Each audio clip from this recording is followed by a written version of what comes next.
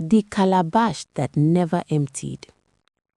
Long ago, in a village where the earth was red and the moon listened closely to human words, there lived a young woman named Omolade. She was known not for her beauty, but for her patience. When others hurried, she waited. When others shouted, she listened. Omolade lived with her grandmother, Mama Tenny, who owned only one treasured thing, a small, cracked calabash bowl.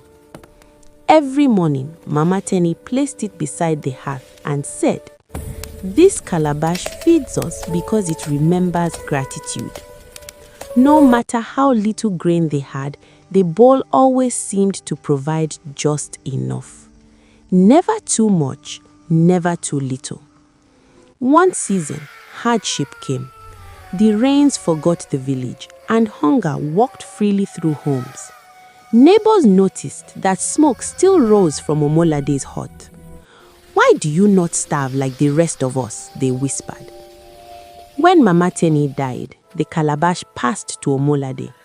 She continued the ritual, washing her hands, whispering thanks before every meal.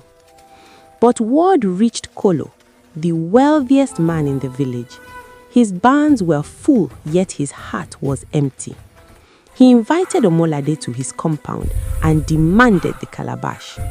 "What good is gratitude," he scoffed, "when power can command abundance?" That night, Kolo filled the calabash with grain and waited for magic. Nothing happened. Angry, he shouted at it, cursed it, and threw it to the ground. At dawn, the calabash cracked completely, and from it poured not grain, but silence. His barns began to rot. His servants left. His voice weakened. Meanwhile, Omolade returned home with empty hands but a steady heart. The next morning, a new calabash sat by her hearth, smooth and whole. When she touched it, she heard her grandmother's voice. "What feeds you is not what you hold, but how you honor what is given." From that day, the village learned.